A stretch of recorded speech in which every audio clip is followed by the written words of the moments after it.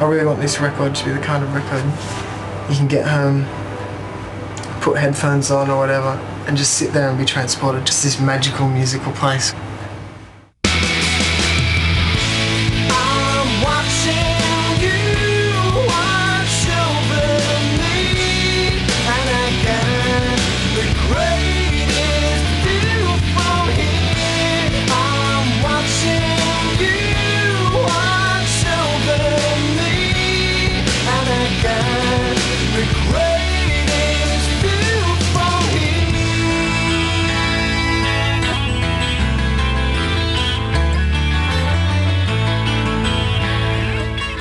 The way that I saw music was how I heard it through bands that I loved, like through listening, for Frogstop, or kind of listening to the whole grunge thing. They were bands that I loved, so that was the music that I played.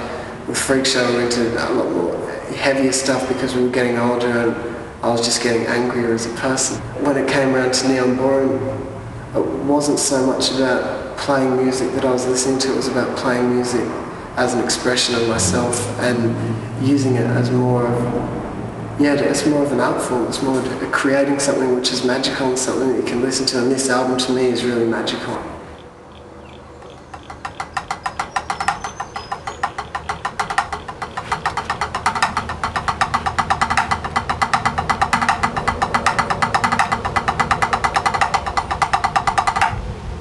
I think it's going to be very different to what we've done before.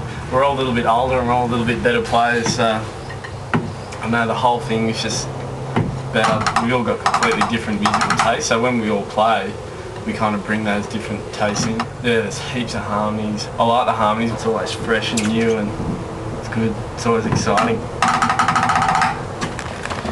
Oh boy. This is Tonton hard at work behind the desk. We've got David pouring coffee, Daniel just relaxing, ready for the Here it is. brass to kick in. Warm you up? Just for half. Yeah. Ben, he's concentrating very hard. It's all very exciting. It's all very, very exciting. Never finished that, so rather than taking a whole one. 15 to 20 cups of coffee a day, it's a waste. Yeah. Definitely. There's really actions happening. Coming through. It's the live room. This was my room. This was once all mine. Living your life like a bull in a tree. He doesn't know how it feels. We just went through a whole heap of bios and I don't know, we listened to show reels and stuff of different people.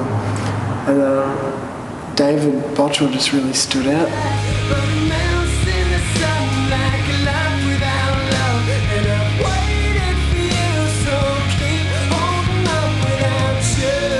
The impression that I got initially was that he was really open to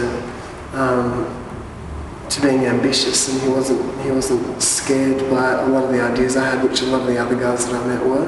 They were kind of, when I was talking about ideas I had and when they'd heard the demos, I think they were they didn't really know how to take it. I think they just thought it was a kid with these stupid stoner ideas, and I didn't feel anything from them. But David, I really felt like he was into it and he felt really positive about it.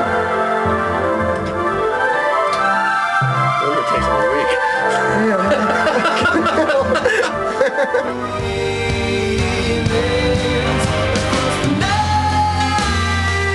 David's going to mix.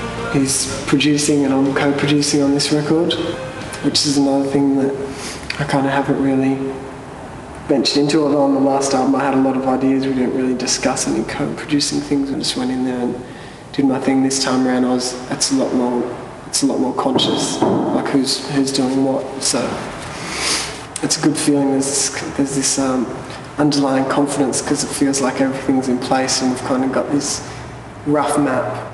Waking on a summer day, a summer day, and after all these years, forget about all the troubled times, and after all these years, forget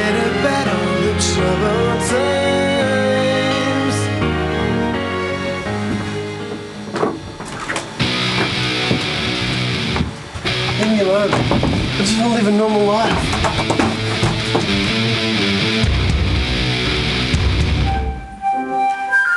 We were talking about arrangers, and he said, have you thought of Van Dyke Parks? And I'd heard the name, but I hadn't really heard much of his stuff. And I was like, yeah, right, let's try it out. And I listened to some of his stuff, and it was just perfect. And I had a conversation with him. Me and David actually had a conference call. Does this give you stuff to chew on?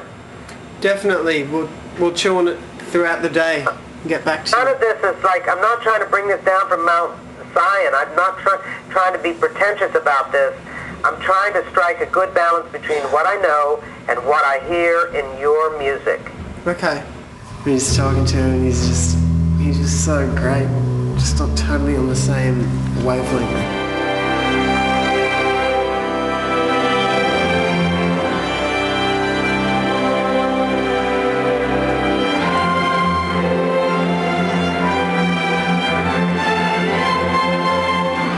I've just worked on 3 songs, but that's been a career. I mean, man, I was a brunette when I started this project, okay? The 50-cent word is synesthetic. You know, where you might say that it tastes purple or it sounds green.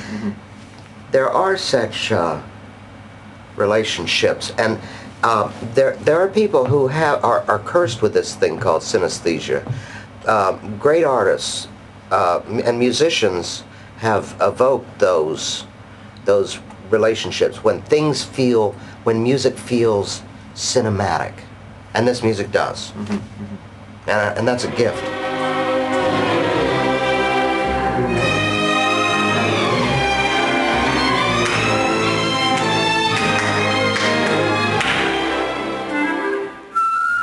It was my real desire to reward Daniel's courage, because I haven't seen anything like it since I worked for Brian Wilson.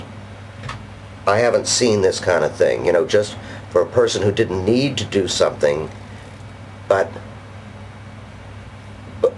demanded it of himself. You don't know the truth, and I love you. You don't know the truth, and I love your life.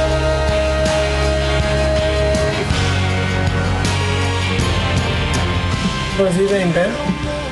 Talking my sis, chilling out, eating biscuits, drinking tea. It's all good. Everyone's pupils are so dilated in this light. What am I like? You've got brown eyes, so you can't see because of the shadow. Are you tall, dark, and handsome? Well, they're not huge.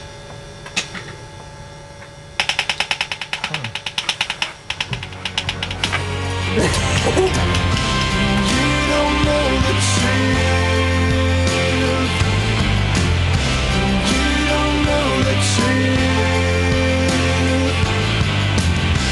You don't know the truth. And I love your love.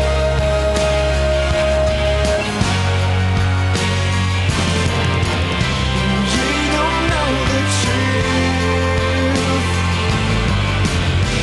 You don't know the truth, and you don't know the truth.